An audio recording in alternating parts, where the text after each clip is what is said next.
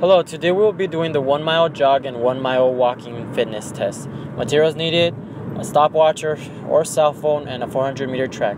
If 400-meter track is not available, a 200-meter track is fine, so long that you remember that the 200-meter track is 1/8 of a mile, which means that the subjects will have to run 8 laps or walk 8 laps to complete 1 mile.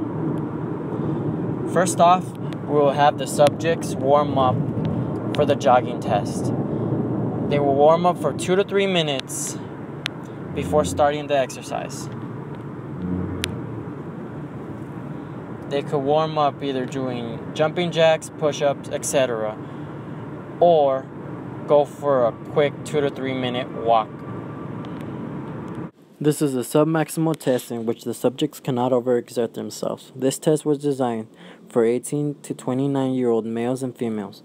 The test time should be 8 minutes in males and 9 minutes in females. If the times aren't within range, then the subjects did not perform at submaximal level. Have the subject perform the 1 mile jog test at submaximal level. Once the subject finishes, immediately take the heart rate using the palpation technique on the left carotid artery or radial artery for 15 seconds. Count the beats and multiply it by 4. The subject's heart rate should not exceed 180 beats per minute.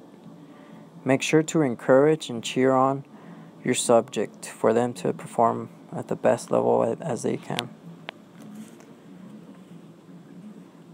As soon as they immediately finish, like I mentioned before, take their heart rate at the carotid or radial artery and then multiply it by 4.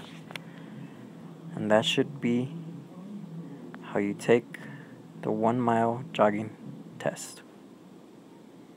Now we will demonstrate the 1 mile walking test. The subjects should walk at a moderate rate for at least 5 minutes before starting the test. This test was developed for ages 20 to 69-year-old males and females. This test can be used for an older and sedentary individuals as well. Once the subject has finished the moderate rate walk, they are ready to begin the test. And now the subject is ready to do the 1 mile walking test. Have the subject walk a mile as fast as possible, and immediately after the test, check their heart rate using the same palpation technique we used for the jog.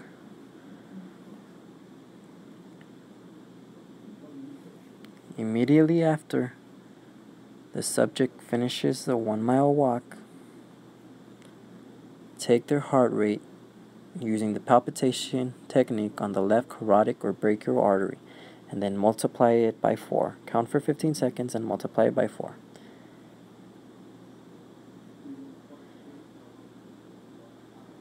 And that's how you do the 1 mile walking test and run test. After the subjects are done with the test and heart rates are gathered, plug in the values to the following equations. For the 1 mile jogging test, the subject's body weight is entered in kilograms, time in minutes, heart rate beats per minute, and gender. In order to plug in the time into the VO2 max equation, seconds should be converted to decimals by dividing seconds by 60. If the subjects are male, a number 1 is entered on the gender value, and if the subject is a female, a number 0 is entered. In contrast, for the 1 mile walk test, the VO2 max equation asks for the subject's body weight to be in pounds, age in years, gender, time in minutes, and heart rate in beats per minute. Remember, convert the seconds to minutes. An example is provided for the 1 mile jog test and for the 1 mile walk test. For the 1 mile jog test, VO2 max equation In the example, the body weight is 77.56 kilograms. The amount of minutes it took to complete is 8.5 minutes. The heart rate was 165 beats per minute, and a number 1 was applied for a male. And then you solve. As for the 1 mile Rockport Walk VO2 max equation, we entered a 171-pound individual who was 20 years old and a number 1 for male, and it took him 12.5 minutes to complete the test and 120 beats per minute at the end of the test. And you convert the values, and the number is given. And that's how you do the 1 mile and 1 mile jog and 1 mile walking test. Thanks for watching.